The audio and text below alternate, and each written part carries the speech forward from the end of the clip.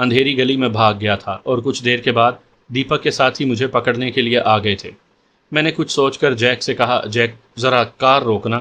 پہلے تو وہ چونکا، پھر اس نے کار کی رفتار ہلکی کرتے ہوئے سڑک کے کنارے روک دی اور گردن موڑ کر استفہامیہ نظروں سے میری طرف دیکھنے لگا، جیسے پوچھ رہا ہو کہ کار کیوں رکوائی ہے۔ میں کوئی جواب دیے بغیر کار سے اترا اور ادھر ادھر دیکھتے ہوئے اسی ٹھیلے کی طرف بڑھ گیا جہاں رامو کھڑا تھا۔ شاید وہ پھل خرید رہا تھا، میرا حلیہ بدلا ہوا تھا، اس لیے مجھے پریشانی نہیں تھی کہ وہ مجھے پہچان لے گا۔ رامو پھل والا شاپر اٹھائے مڑنے ہی لگا تھا کہ میں اس کے سامنے پہنچ گیا۔ اس نے چونک کر مجھے دیکھا اور میری سائڈ سے نکلنا چاہا تو میں نے اسے روک لیا۔ رامو، میں نے حتی الامکان آواز بدل کر اس کے کان میں سرگوشی کی تو وہ اپنا نام سن کر ٹھٹکا۔ کون؟ اس نے بغور میری طرف دیکھتے ہوئے پوچھا۔ چپ چاپ میرے ساتھ چلو، میں نے بدستور سرگوشیانہ لہجے میں کہا۔ میری جیب میں پستول موجود ہے، اگر تم نے چوں چراں کی تو میں گولی مار کر تمہارا پیٹ پھاڑ دوں گا، سمجھے؟ لیکن وہ متذبذب ہوا، پھر کچھ سوچ کر وہ میرے ساتھ چل دیا۔ اس کے چہرے پر گھبراہٹ کے تاثرات ابھرے ہوئے تھے۔ میں اسے کار کی طرف لے جا رہا تھا۔ کون ہو تم؟ وہ دوبارہ مستفسر ہوا۔ اس کے لہجے میں بدستور گھبراہٹ تھی۔ اس دوران ہم کار کے قریب پہنچ چکے تھے۔ میں نے کار کا پچھلا دروازہ کھولتے ہوئے کہا، فی الحال اندر بیٹھو۔ پہلے تو وہ ہچکچایا، مگر جب میں نے دوبارہ اسے گولی مارنے کی دھمکی دی تو وہ ہونٹ بھینچتے ہوئے کار میں بیٹھ گیا۔ میں بھی اس کے ساتھ بیٹھ گیا اور جیک سے کہا، چلو۔ میں نے جیک کا نام لینے سے گریز کیا۔ جیک نے میری بات سنتے ہی کار آگے بڑھا دی۔ رامو پرغور نظروں سے مجھے دیکھ رہا تھا، جیسے پہچاننے کی کوشش کر رہا ہو۔ شاپر اس کے ہاتھ میں تھا، خوف کے مارے اس کے ماتھے پر پسینے کی بوندیں چمک رہی تھیں۔ کون ہو تم اور مجھے کہاں لے جا رہے ہو؟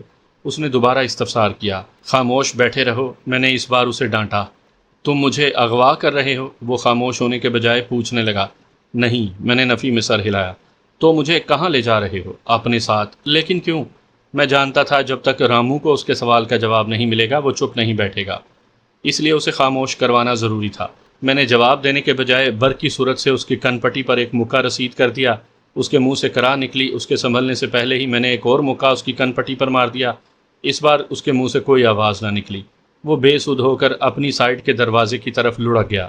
میں نے اسے کالر سے پکڑ کر سیدھا کیا۔ اس کی آنکھیں بند ہو چکی تھیں اور شاپر بھی ہاتھ سے چھوٹ کر کار کے فرش پر گر چکا تھا۔ کون ہے یہ؟ دفعتاً جیک نے پوچھا۔ یہ دیپک کا ساتھی ہے، میں نے جواباً کہا۔ اس سے پوچھ گچھ کرتے ہیں، یہ یقیناً دیپک کے گھر کے بارے میں جانتا ہوگا۔ جیک نے محض سر ہلانے پر اکتفا کیا۔ ہم ابھی شہر میں ہی موجود تھے۔ کچھ دور جانے کے بعد جیک نے کار مضافات کی طرف جانے والی سڑک کی طرف موڑ دی اور اس کی رفتار میں اضافہ کرتا چلا گیا۔ اس سڑک پر بھی اکا دکا گاڑیاں گزر رہی تھیں، ہوا چل رہی تھی جس سے کھیتوں میں فصلیں ہوا کے دوش پر لہرا رہی تھیں۔ ان کھیتوں میں کچھ لوگ بھی کام کر رہے تھے۔ آدھے گھنٹے کے مزید سفر کے بعد ہم اپنے ٹھکانے پر پہنچ گئے۔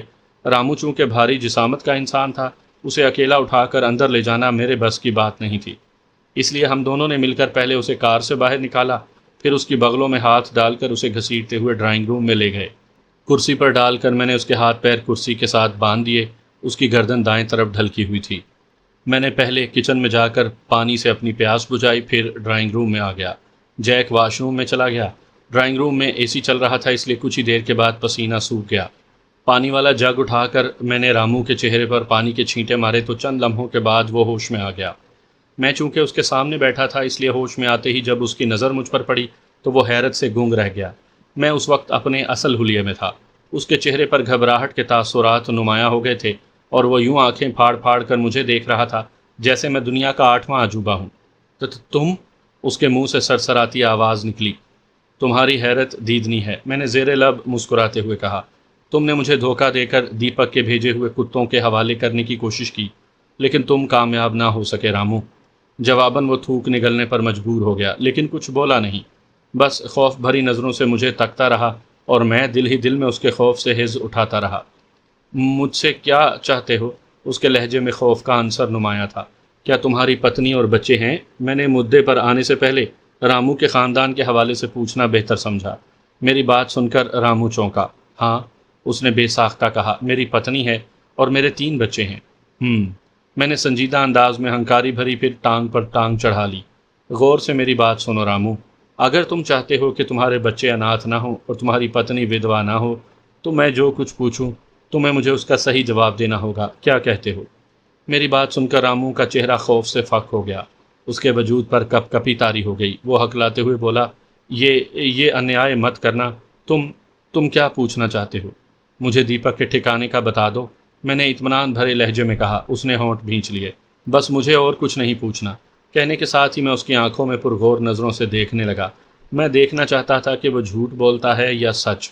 میں بتا دوں گا، کہنے کے ساتھ ہی شاید اس نے اپنے خشک حلق کو بھی تر کرنے کی کوشش کی تھی۔ میں تمہاری بنتی کرتا ہوں، میرے پریوار کو کچھ مت کہنا، لیکن میں یہ تمہیں بتا دوں کہ رتن کمار اور دیپک بابو کے آدمی تمہیں پورے شہر میں تلاش کرتے پھر رہے ہیں۔ تم زیادہ دیر ان سے بچ نہیں سکو گے، وہ تمہارا خون پینے کے لیے بے چین ہیں۔ رامو نے بندہ ہونے کے باوجود مجھے ڈرانے کی کوشش کی تھی۔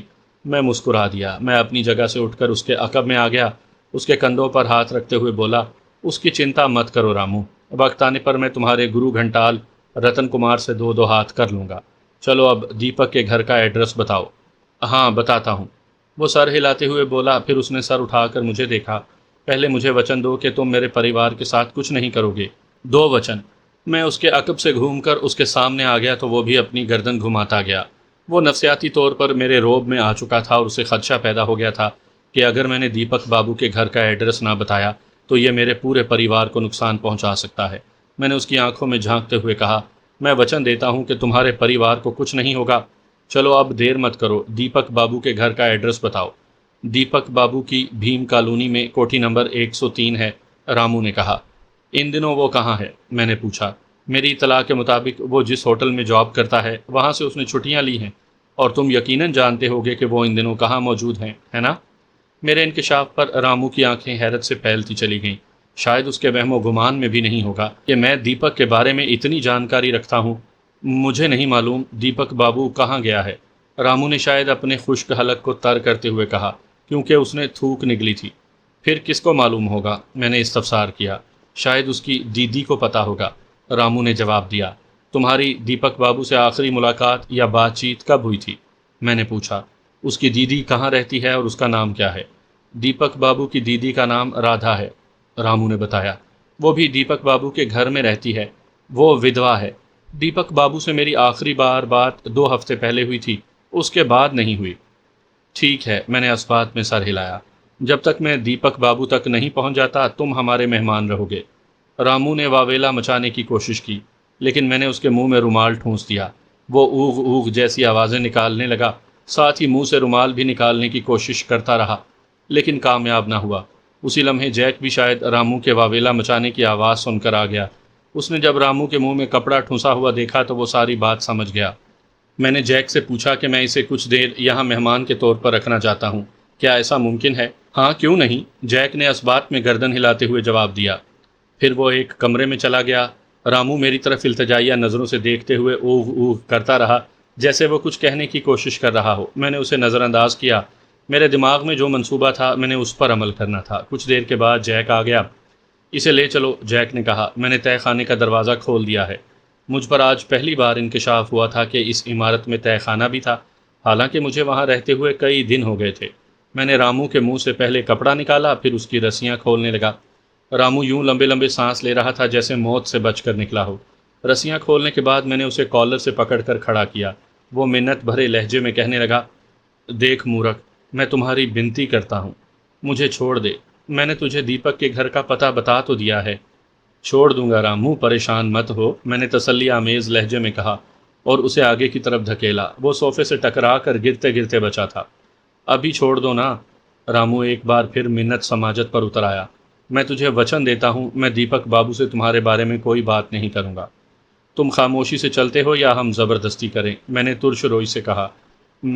رامو نے دوبارہ کچھ کہنا چاہا، لیکن میں نے اس کے منہ پر ایک گھونسا جما دیا۔ میرا گھونسا اس کے ہونٹ پر لگا، جس سے اس کا ہونٹ پھٹ گیا۔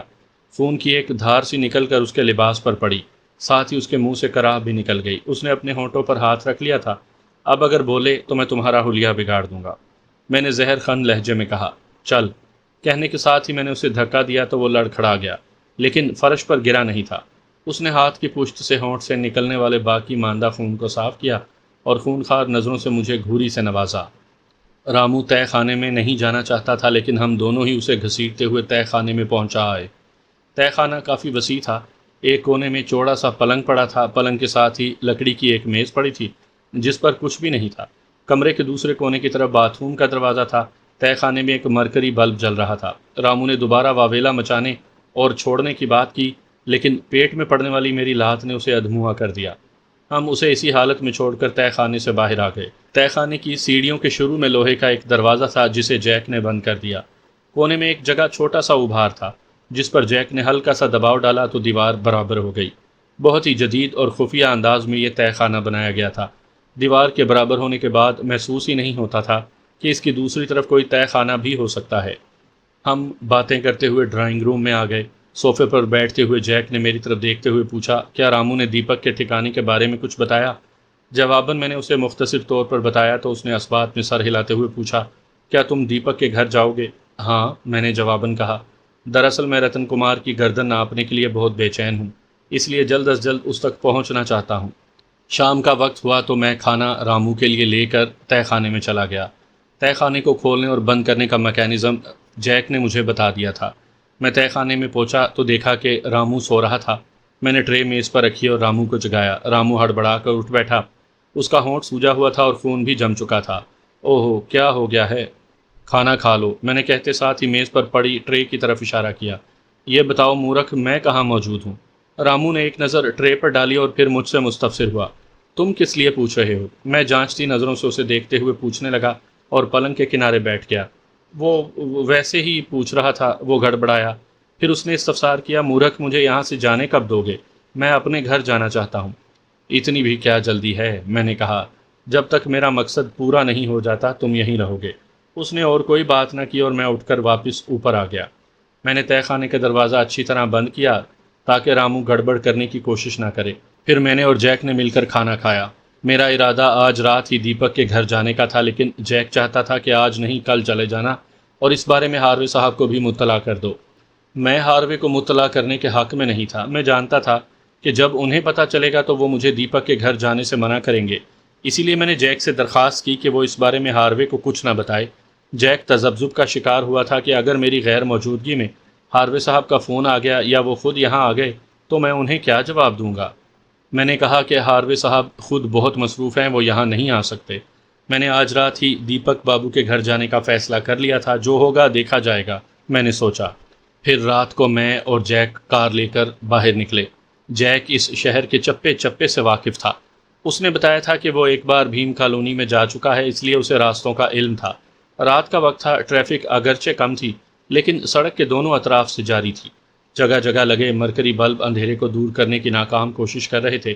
کئی جگہوں پر کھانے پینے کے چھوٹے چھوٹے ہوٹل اور کولڈ ڈرنک کے کارنرز بھی کھلے ہوئے تھے۔ ہم بھیم کالونی پہنچ گئے۔ کوٹھی نمبر 103 ہمیں تلاش کرنے میں دقت پیش نہ آئی۔ میں نے جیک کو کار میں بیٹھے رہنے کو کہا اور خود اتر کر دیپک بابو کی کوٹھی کی طرف بڑھا۔ کوٹھی میں داخل ہونے سے پہلے میں نے ایک درخت کی اوٹ میں ہو کر چاروں اطراف کا جائزہ لیا۔ دیپک بابو کی کوٹھی تاریکی میں ڈوبی ہوئی تھی، یوں لگتا تھا جیسے کوٹھی میں کوئی موجود ہی نہ ہو۔ میں الجھن کا شکار ہوا۔ بقول رامو کے دیپک بابو کی کوٹھی میں اس کی ودوا بہن رادھا بھی رہتی تھی۔ دیپک کا مکان شاندار تھا، اس کا لوہے کا بڑا سا گیٹ بھی تاریکی میں ڈوبا ہوا تھا۔ مجھے حیرت اس بات کی تھی کہ اتنی شاندار کوٹھی کا مالک ہونے کے باوجود وہ ہوٹل میں کاؤنٹر مین کی جاب کیوں کر رہا ہے؟ پھر میں نے اپنے سوال کا جواب خود ہی اخذ کر لیا کہ وہ رتن کمار کا آدمی ہے، اس کے دشمنوں پر نظر رکھنے کے لیے وہ یہ کام کر رہا ہوگا۔ میں نے سوچا کہ جب دیپک میرے ہتھے چڑھے گا تو میں اس سے یہ سوال ضرور پوچھوں گا۔ میں ابھی اسی کشمکش میں مبتلا تھا کہ ایک گاڑی کی لائٹ مجھے اسی کوٹھی کی طرف آتی دکھائی دی تو میں درخت کی اوٹ میں ہو گیا۔ تھوڑی دیر بعد وہ گاڑی دیپک کی کوٹھی کے دروازے کے آگے آ کر رکی۔ وہ ٹیکسی تھی۔ ٹیکسی کی اندرونی لائٹ آن تھی اور ڈرائیونگ سیٹ پر ڈرائیور بیٹھا صاف دکھائی دیا۔ لمحہ بھر کے بعد ٹیکسی کا پچھلا دروازہ کھلا اور ایک عورت برآمد ہوئی۔ میرے اندازے کے مطابق اس عورت کی عمر 30-32 سال ہوگی۔ اس نے جینز کی پینٹ اور ٹی شرٹ پہنی ہوئی تھی، پیروں میں ہائی ہیل تھی۔ اس نے ہینڈ بیگ سے پیسے نکال کر ڈرائیور کو دیے اور گیٹ کی طرف بڑھی۔ لمحہ بھر کے بعد ڈرائیور نے ٹیکسی آگے بڑھائی اور وہاں سے چلا گیا۔ میں اس لڑکی کی طرف متوجہ ہو گیا۔ رامو نے بتایا تھا کہ دیپک بابو کے گھر اس کی ودوا بہن رادھا بھی رہتی ہے۔ پھر یہ لڑکی کون تھی؟ میں اسی ادھیڑ بن میں تھا کہ مجھے ایسی آواز سنائی دی جیسے کسی آہنی دروازے کو کھولا گیا ہو۔ مجھے اندازہ ہو گیا کہ اس لڑکی نے اپنے پرس سے چابی نکال کر دروازہ کھولا تھا۔ پھر مجھے دروازہ بند ہونے کی آواز سنائی دی اور پھر کوٹھی کی لائٹس آن ہونا شروع ہو گئیں۔ میں سوچ رہا تھا کہ اگر یہ رادھا تھی تو بہت ہی ماڈرن لڑکی ہے۔ ہندو بیوہ عورتیں نہ تو زیورات پہنتی تھیں اور نہ ہی رنگین کپڑے۔ سفید رنگ کی ساڑی ان کا مقدر ہوتی ہے۔ لیکن کوٹھی میں جانے والی لڑکی اگر رادھا تھی تو اس نے بیوہ ہونے کے باوجود سفید ساڑی کیوں نہیں پہنی تھی؟ باہر کیف میں نے اس سوچ کو جھٹکا اور درخت کی اوٹ سے نکل کر گلی کی طرف مڑا۔ گلی کی دیواریں زیادہ بلند نہیں تھی، اس لیے مجھے چڑھنے میں دقت نہ ہوئی۔ دوسری طرف وسیع لان تھا اور اینٹوں کی بنی ہوئی چوڑی سی روش اندرونی حصے کی طرف جا رہی تھی۔ لان میں اندھیرا تھا، اس لیے مجھے اطمینان تھا کہ کسی نے مجھے دیوار کودتے نہیں دیکھا ہوگا۔ سامنے اندرونی حصے میں لائٹ جل رہی تھی، اس کا مطلب تھا کہ وہ لڑکی اسی کمرے میں گئی تھی۔ کوٹھی سے نکلتے وقت میں نے ریوالور اپنی جیب میں رکھ لیا تھا، اس لیے میں نے ریوالور نکالا اور دبے قدموں چلتا ہوا اندرونی حصے میں دروازے کے سامنے پہنچ گیا۔ میرا دل تیز تیز دھڑک رہا تھا۔ دروازے کے قریب پہنچ کر میں نے دوسری طرف سے سنگن لینے کی کوشش کی، پھر میں نے ہینڈل پکڑ کر دروازہ کھول دیا۔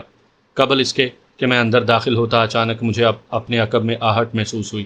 میں بجلی کسی تیزی سے مڑا ہی تھا کہ ایک کسی نے میری گردن پکڑی اور مجھے فضا میں بلند کر دیا۔ چہرہ بلند ہونے کی وجہ سے میں اس کی شکل نہ دیکھ پایا، لیکن اس کی گرفت خاصی تیز تھی۔ میں سنبھلنے کی کوشش کر رہا تھا کہ اس نے مجھے فرش پر پٹخ دیا۔ میرے حلق سے کراہ نکلی۔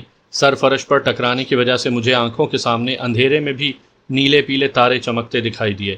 میں نے ایک بار پھر سنبھلنے کی کوشش کی، لیکن پسلیوں میں پڑنے والی ٹھوکر نے مجھے دوہرا ہونے پر مجبور کر دیا۔ میرے پاس ریوالور تھا، لیکن مجھے اسے چلانے کا موقع ہی نہیں ملا تھا۔ وہ جو کوئی بھی تھا، میں اس کی شکل نہیں دیکھ پایا۔ اس نے مجھ پر ٹھوکروں کی بارش کر دی تھی، اور وہ اس وقت تک مجھے ٹھوکریں مارتا رہا جب تک میں بے ہوش نہیں ہو گیا۔